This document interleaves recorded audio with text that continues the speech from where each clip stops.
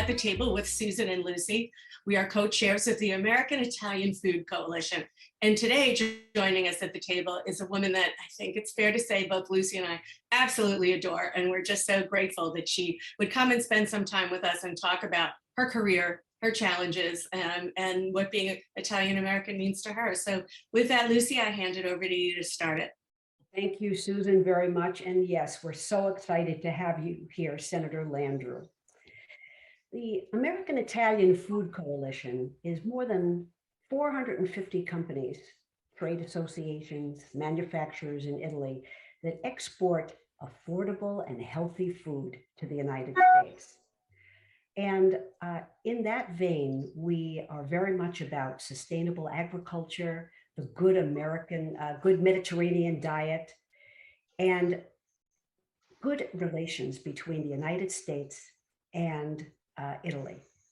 And so to that end, how great it is that we have Mary Landrieu, who is in part Italian American, and we're going to learn more about that as the interview goes on. Mary, welcome. It's good to have you. Thank you, Lucy, and thank you, Susan. It's wonderful to be with you two fun and amazing women who have had such amazing careers in Washington, and now to see you two together on something so fun and interesting as this is wonderful. Thank you. Wonderful to have you. And how wonderful to make the transition from what I was saying about about Italian food and about our relationship between the two countries is to delve a little bit into your background. And I'd like to start with asking you about the Italian part of you. What do you know about that, Mary? Well, I know a bit about it, and I've always been proud to have that part of me highlighted on occasion. I think maybe I'm sometimes a little emotional and a little bit, out there, and so maybe that's my Italian, coming out in me, as maybe both of you have observed. A little bit of passion on certain things. I've always attributed that to my Italian background. My mother is Italian on her side, on her maternal side. So my mother's name was Machika. I believe our family was from Sicily and or Malta, never quite clear, Sicily or Malta.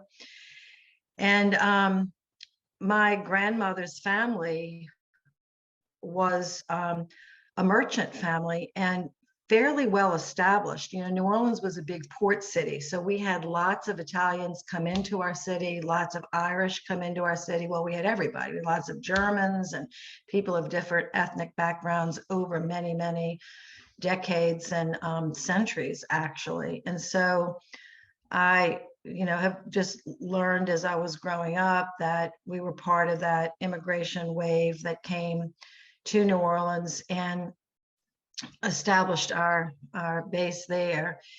And interestingly, many members of, despite the discrimination against Italians, at the time, then, and sometimes still today, but then our family succeeded in becoming middle class. Like my grandmother, I believe, went to college, which is very unusual back in the day to have graduated. Was one of the first women I understand in New Orleans to drive a car. And her brothers were all either doctors or accountants, etc.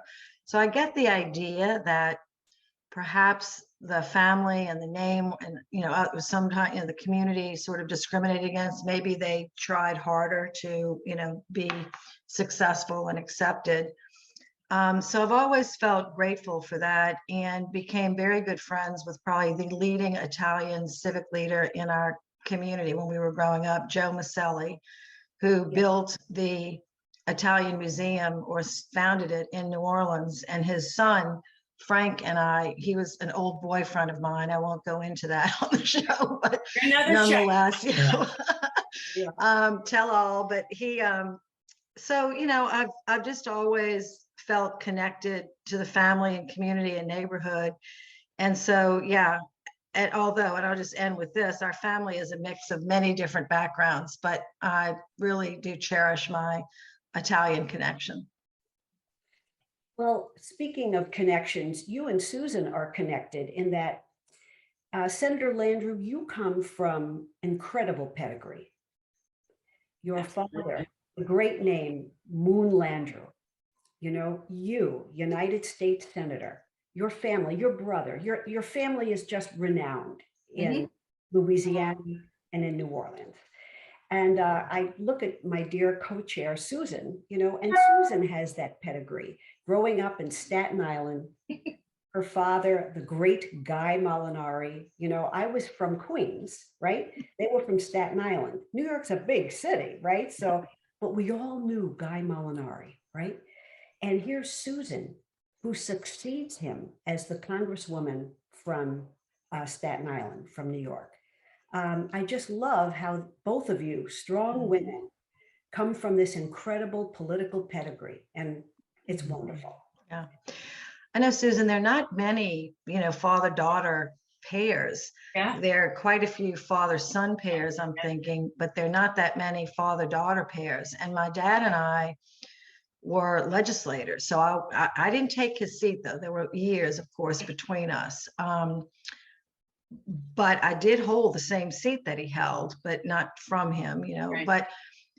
But you, same with your dad in Congress. And it's been, I've always been proud of that, Lucy, and you and Susan have definitely been part of this. But, we were in the pioneering, our generation of women, of breaking out our traditional roles. And not that there's anything wrong with, not working out of the house and raising children, whether you have 1, 2, 7, or 10. My mother had 9. She, never, quote, worked a day in her life.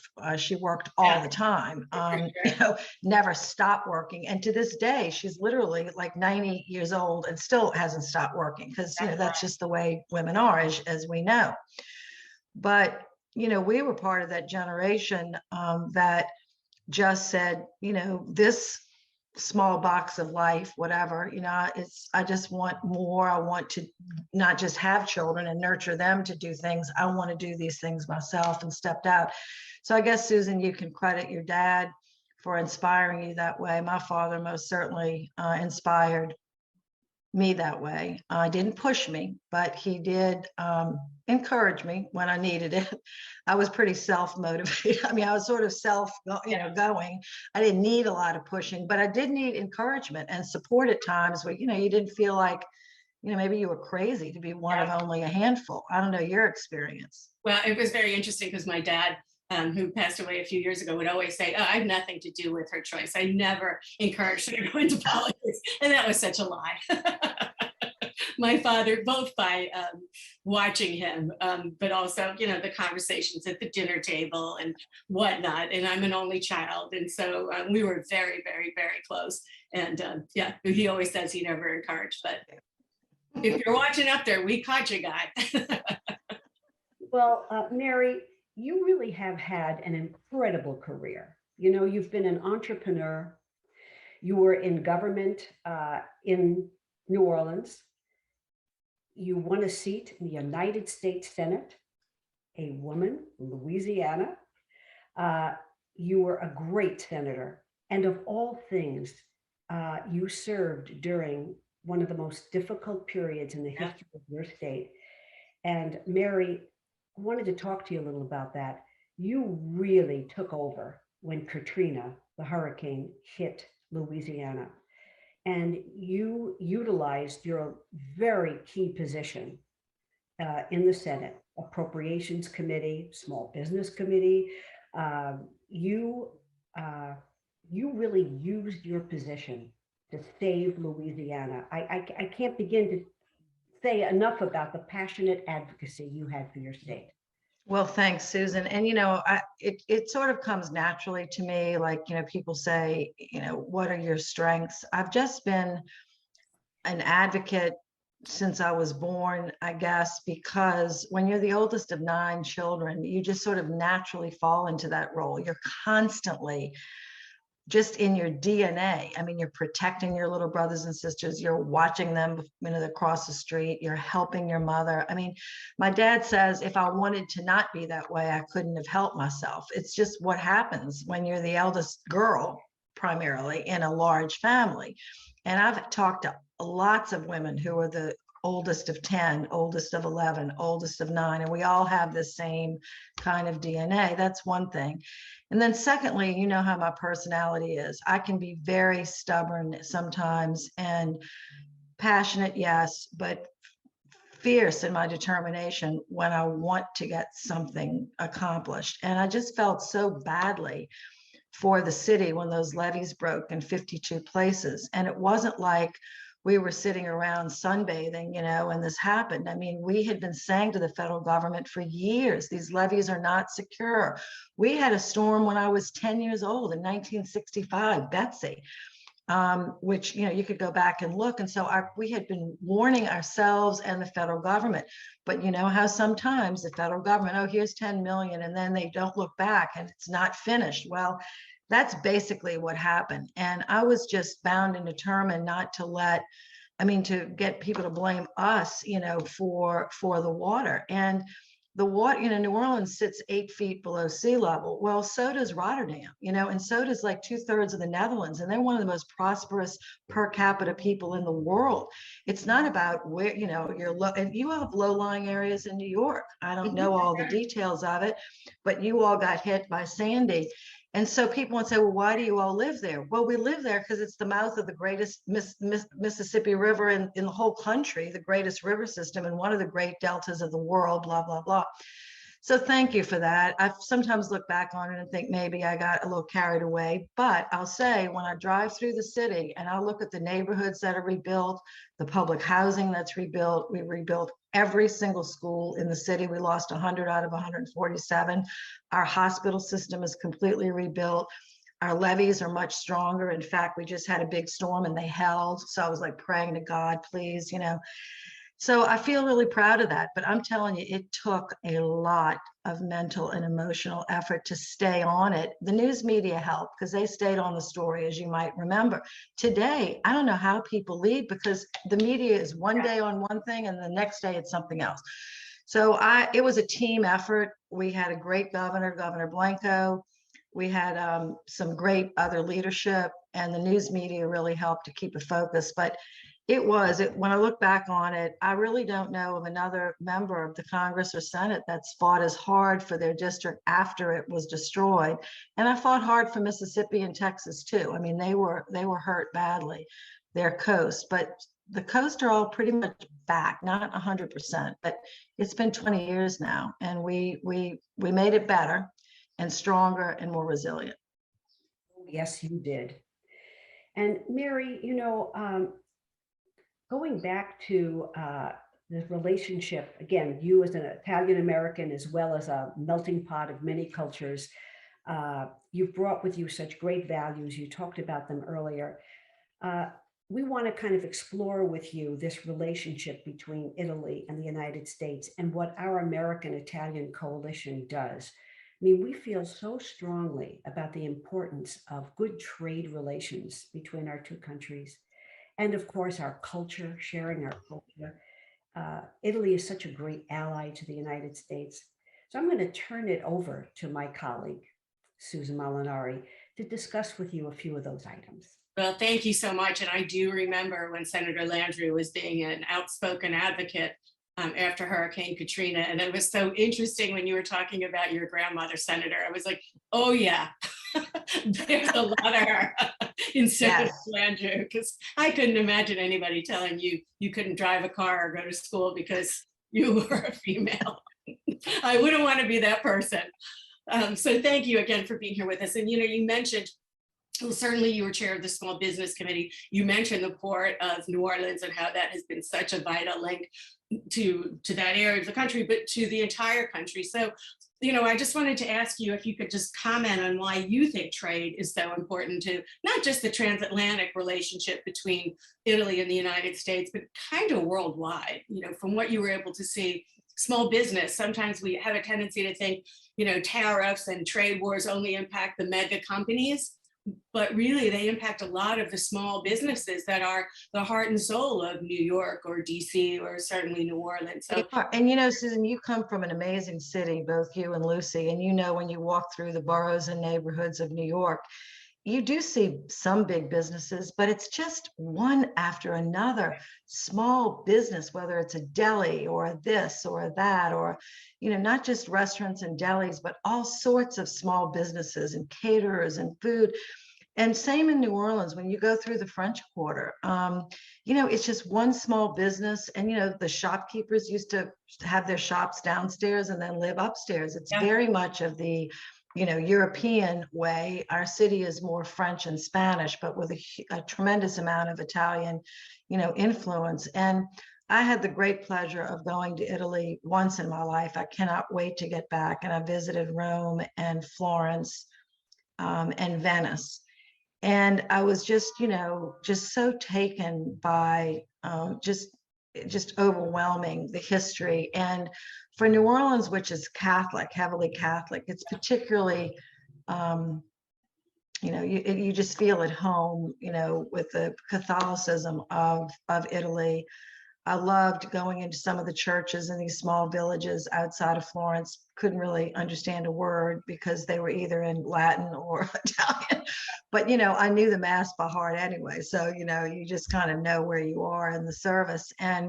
But the singing and the songs and the culture, I mean, I just felt very much at home. And, I didn't live in an Italian neighborhood like in New York, you have Little Italy, but there were Italian entrepreneurs all around our city and still do. I mean, Central Grocery, where you get the best muffalata still, it's just legendary.